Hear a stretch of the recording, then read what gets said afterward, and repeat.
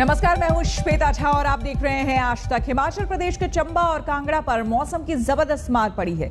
मूसलाधार बारिश से रावी नदी के उफान में 3 लोग बह गए तो पहाड़ दरकने से रास्ता जाम हो गया।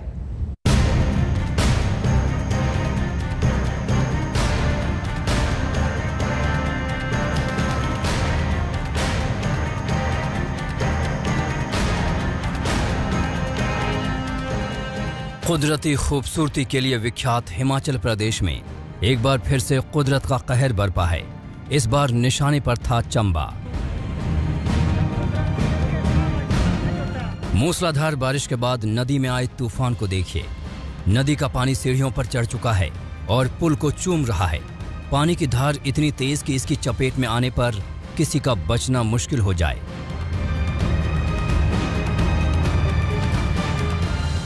पिछले 2 दिन की मूसलाधार बारिश में चंबा की पहाड़ी नदियों में मानो जान आ गई हो। तस्वीरें देखिए, पहाड़ों में नीचे गिरता पानी और फिर सड़कों पर बर्बादी का मंजर।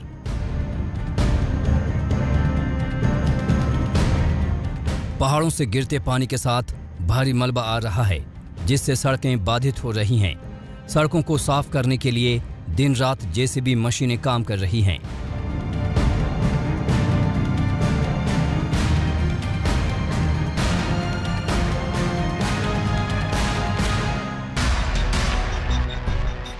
मूसलाधार बारिश से चंबा में रावी नदी ने रौद्र रूप धारण कर लिया। चंबा भारमौर मार्ग पर भूस्खलन से एक कार रावी नदी में गिरी तो तेज उफान की वजह से कार सवार लोगों को बचाया नहीं जा सका। बड़ी मुश्किल से एक महिला का शव नदी से निकाला गया। कार में 3 लोग सवार थे।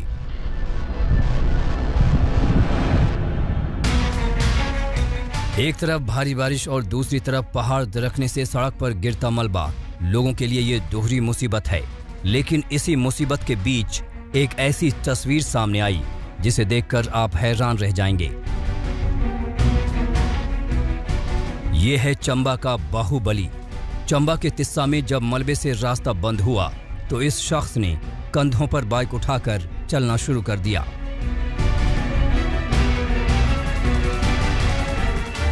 ये तस्वीर हैरान करने वाली है।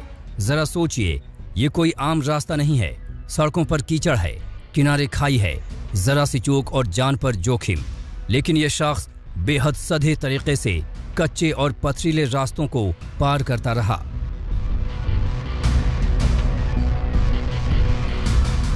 भरमौर पठानकोट NH समेत 56 जगहों पर भूस्खलन के बाद आवाजाही कल ठप पड़ी।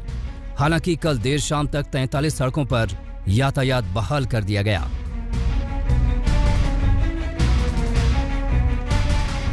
बादलों ने एक बार फिर कांगड़ा में भी तबाही मचाई है। रविवार को मूसलाधार बारिश से आए फ्लैश फ्लड में कांगड़ा जिले के नागोह गांव में 10 मकानों को नुकसान पहुंचा है। 2 मकान तो पूरी तरह बर्बाद हो गए। मौसम विभाग के मुताबिक अगले 36 घंटे तक मौसम ऐसा ही बना रहेगा। फिर कुछ दिन मामूली राहत के बाद 26 जुलाई को दोबारा मानसून सक्रिय होगा। जहाँ तक अलर्ट्स की बात है, अलर्ट्स अभी हम रेड अलर्ट नहीं रख रहे हैं अभी आने वाले 48 घंटे के लिए। लेकिन मानसून जो है अभी 36 घंटे कम से कम जो है इसी तरह से बना रहेगा। और कुछ इलाकों में जो प्रदेश हैं, जो जिले हैं, कांगड़ा, चंबा, मंडी, बिलासपुर, सिरमौर, सोलन, इन इलाकों में 1-2 जगह पे हैवी रेनफॉल और वेरी हैवी रेनफॉल होने की संभावना भी है। हिमाचल में मूसलाधार बारिश से सरकार भी एक्शन में है। जल्द से जल्द राहत पहुंचाने के लिए सारी सरकारी मशीनरी को झोंक दिया गया है। पिछले दिनों में जहां सड़कें अवरुद्ध हुई, लेकिन तुरंत उसके बाद खोल भी दी गई यातायात के लिए। और उसके बाद जहां कुछ डैमेजेस हुए तो तुरंत वहां पर जो रेस्क्यू ऑपरेशन की जहां जरूरत थी वहां पर इफेक्टिवली जो है प्रभावी ढंग से वो रेस्क्यू ऑपरेशन किए गए। और फिर भी उसके बावजूद अगर 2-3 दिन के बाद जो बताया जा रहा है कि और ज्यादा बारिश होने की संभावना है, हमको सतर्क होकर के काम करना है। लंबी गर्मी के बाद बारिश राहत लेकर आती है, लेकिन जो तस्वीरें सामने आ रही हैं वो कहीं से भी सुकून पहुंचाने वाले नहीं हैं। आप अगर खतरे वाले इलाके में रहते हैं तो सावधान रहें। चंबा से विशाल आनंद के साथ आज तक ब्यूरो। अब कठुआ और उत्तराखंड के हल्द्वानी चंपावत की तस्वीर आपको हम दिखाते हैं। कठुआ की उज नदी में आई बाढ़ में कल 5 लोग फंस गए। एसडीआरएफ ने 4 को तो बचा लिया, लेकिन बचे हुए एक शख्स को बचाने के लिए वायुसेना की मदद लेनी पड़ी। उधर हल्द्वानी और चंपावत से भी फ्लैश फ्लड में लोगों के फंसने की तस्वीर सामने आई।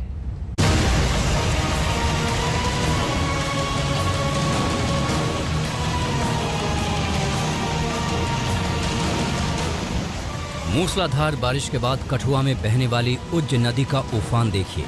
उज्ज नदी रौद्र रूप धारण कर चुकी है, सब कुछ उजाड़ने और बर्बाद करने पर उतारू। अब इसी उज्ज नदी की दूसरी तस्वीर देखिए। नदी की लहरों के बीच जिंदगी की जंग छिड़ी है। 2 शख्स पानी की लहरों में बहता नजर आ रहा है। ये दोनों उन 5 लोगों में शामिल थे जो उज्ज नदी में आई उफान में फंस गए थे। जैसे ही स्थानीय प्रशासन को इसकी खबर मिली तो पुलिस और एसडीआरएफ के जवान तो तत्काल पहुंचे ही। मामले की गंभीरता को देखते हुए वायुसेना की टीम भी पहुंच गई। नदी की धार तेज थी, लेकिन रेस्क्यू ऑपरेशन मुश्किल थी। 4 लोगों को तो पुलिस और एसडीआरएफ ने बचा लिया, लेकिन एक शख्स तक एसडीआरएफ के जवानों के लिए पहुंचना मुश्किल हो गया और इस शख्स के बचाव में लगी वायुसेना।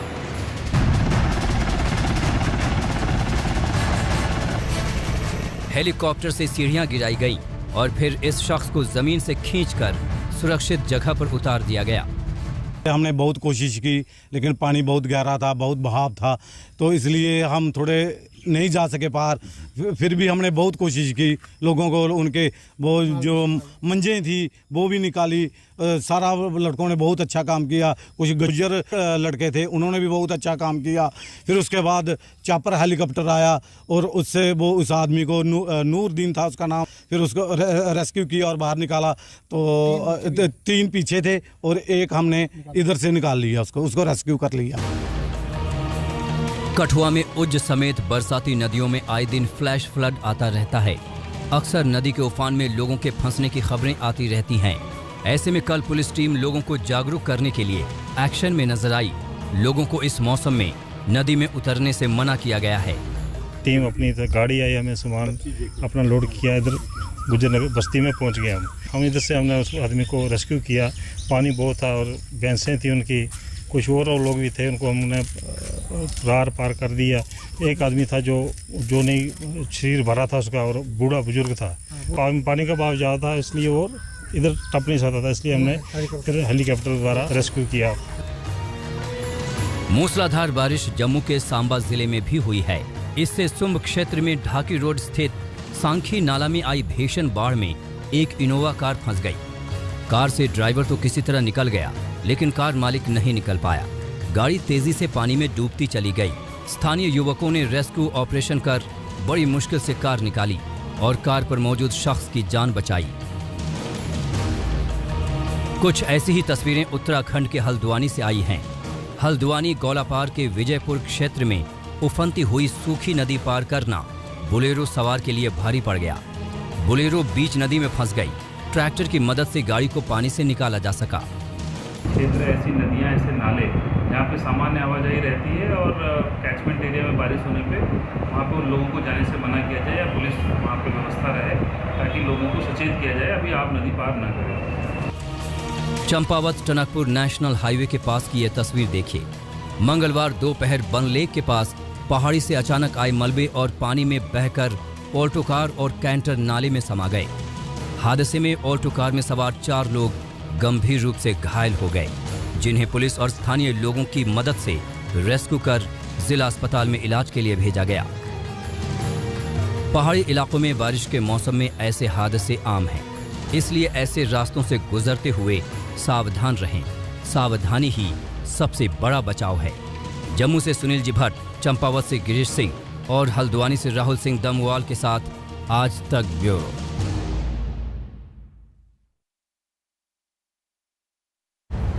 और अब आपको बिहार के बाढ़ की रिपोर्ट दिखाते हैं। बागमती नदी दरभंगा जिले में तबाही मचा रही है।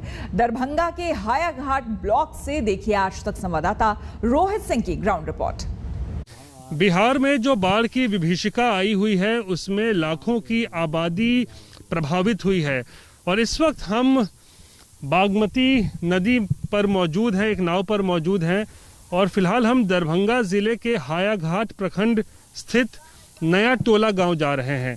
आपको हम पहले तस्वीरें दिखा रहे हैं। बागमती नदी में आप देख सकते हैं किस तरीके से जलस्तर जो है वो लगातार बढ़ता जा रहा है और इसके कारण जो बाढ़ का पानी है वो आसपास के कई गांव में, सैकड़ों गांव में जो है वो घर कर चुका है, जिसकी वजह से जो लोग हैं वो पलायन करने के लिए मजबूर हो गए हैं। ऊंचे तो ये नया टोला गांव में क्या हालत है इस समय बाढ़ में? बाढ़ की स्थिति बहुत गड़बड़ है। लोग पलायन 50% से ऊपर लोग गांव छोड़ के बाहर रह रहे हैं। रेलवे लाइन है तो वाटरवेज है तो बहुत मतलब दूर दूर तक लोग जाके अपना बसर कर रहे हैं रात दिन। इस वक्त हम नया टोला गांव पर पहुंच चुके हैं जो कि दरभंगा के हायाघाट प्रखंड में स्थित है और आपको तस्वीरें पहले दिखा दें कि आप देखें किस तरीके से गांव में पूरी तरीके से जो है वो पानी भरा हुआ है, जिसके कारण कई जो लोग हैं यहाँ रहने वाले, जो गाँव है वाले हैं, वो अपने घर को छोड़कर जो है वो ऊंचे स्थानों पर जा चुके हैं। और हम अब चलेंगे, लोगों से यहाँ पर बात करेंगे और उन्हें जानने की कोशिश करेंगे कि किस तरीके की मुश्किलों का उन्हें जो है वो सामना करना पड़ रहा है। देखिए जहाँ पे मैं इस वक्त उतरा हूँ यहाँ लगभग घुटने से ऊपर जो है वो पानी है और आप यहाँ पे देख सकते हैं जो तमाम यहाँ पे घर हैं वो पूरी तरीके से जलमग्न हो चुके हैं और या फिर जो है वो टापू में तब्दील हो चुके हैं और बच्चे हैं, बुजुर्ग हैं, सब इसी ऐसे ही हालत में जीने को मजबूर हैं क्योंकि ये हालत 3-4 महीने इसी तरीके से रहता है। क्या नाम हुआ आपका? रुखसाना खातून। रुखसाना जी ये बताइए कब से पानी घुस गया है गांव में आप लोग? 10 रोज हुआ। 10 रोज हो गया है जी। कौन सा नदी का पानी है? बागमती। बागमती जी। इससे क्या मतलब समस्या क्या हो रहा है? क्या हो रहा है? देख रहे हैं कि हम लोग डूब रहे हैं, कोई राशन पानी नहीं मिल रहा है, खाने के लिए माल जाल लेकर के घर में हैं, कोई ना एगो पन्निक दिया, लाइन पर सबको पन्निक मिला, हमरे लोग को पन्निक नहीं गांव में मिला, तो हम लोग डूब भस रहे हैं, दाना नहीं दे रहा है कोई चीज का, कोई पूछने जिंदगी चल रहा है। देखते हैं नाव के लिए कलोल कर रहे हैं, लाइए भैया लाइए, तो आता है तो बाजार उजार करते हैं, माल जाल जो है इसी तरह भूख रहता है, आदमी भी भूखे मरता है, क्या करेंगे? कोई चीज का वास्ते नहीं है, ना पन्नी भी मिलता है, कुछ नहीं मिल रहा है। खाने को सरकार की तरफ से कुछ मिला है? कुछ नहीं, एक बार कोई भी घूम के नहीं आता है। कब तक रहेगा गांव में आप लोग के पानी? कब तक रहेगा? 2 महीना, 3 महीना भी, 1 महीना भी, जैसा पानी है वैसा 3 महीना भी रहेगा। हाँ जी। तो देख सकते हैं साल में लगभग 3 महीने ऐसा गुजरता है जब बाढ़ का पानी इस गांव में घुस जाता है और जिसके कारण से पूरा इलाका जो है वो जलमग्न हो जाता है। लोगों को अपने घरों को छोड़कर जो है वो सुरक्षित स्थानों पर जाना होता है ज़िंदगी बचाने के लिए। तो मुमताज़ ये बताइए आपका गांव यही है? जी ये मेरा गांव है। ये मेरा ही मकान है यहाँ पे। जो भी है अभी हर साल तो बाढ़ की स्थिति रहती है, कोई साधन तो अभी तक आया नहीं है। एक सरकारी नाव का साधन खाली मिला है और खाने पीने की समस्या बहुत है और जानवर लोग को भी रखने की तकलीफ है। रोड रहता है तो वहाँ हम लोग तो रख देते हैं, लेकिन अभी रोड पे भी पानी है, गांव में पानी है, तो अपने आंगन में अभी रखे हुए हैं। रात होता है तो उसमें भी सांप कीड़ा का डर रहता है। लाइट का भी साधन नहीं है। अब लाइट आता है तो कभी 1 घंटा आधा घंटा गायब हो जाता है, फिर डिबिया मोमबत्ती जला के रहना पड़ता है।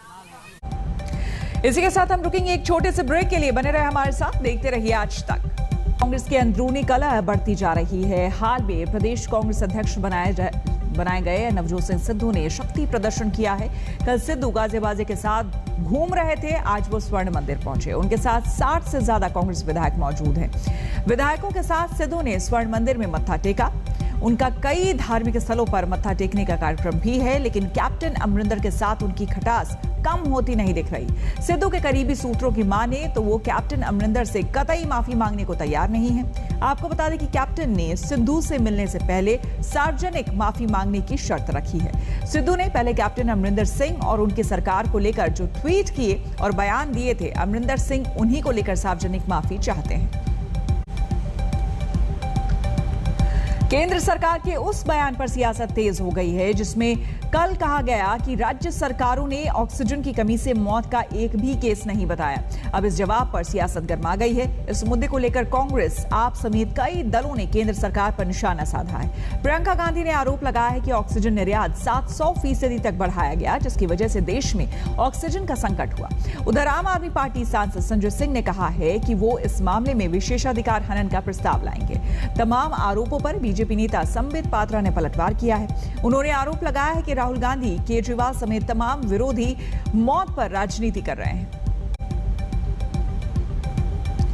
कृषि कानून के खिलाफ कल होने वाले किसानों के विरोध प्रदर्शन को लेकर खुफिया रिपोर्ट आई है, जिसमें कहा गया है कि किसान 22 जुलाई से संसद के पास बड़े पैमाने पर प्रदर्शन कर सकते हैं और इससे कानून व्यवस्था बिगड़ सकती है। खुफिया रिपोर्ट के मुताबिक प्रदर्शनकारी ट्रेन से भी दिल्ली पहुंच सकते हैं। रिपोर्ट में दिल्ली पुलिस, जीआरपी समेत तमाम एजेंसियों को अलर्ट रहने को कहा गया है। आपको बता दें कि किसान संगठनों ने 22 जुलाई से प्रदर्शन तेज करने का ऐलान किया है। वो जंतर मंतर पर प्रदर्शन के लिए अड़े हुए हैं। किसान नेता राकेश टिकैत ने कहा है कि कल से होने वाले प्रदर्शन के लिए जंतर मंतर के अलावा कोई और जगह मंजूर नहीं है। टिकैत के मुताबिक पुलिस ने इजाजत नहीं दी तो जंतर मंतर जाएंगे।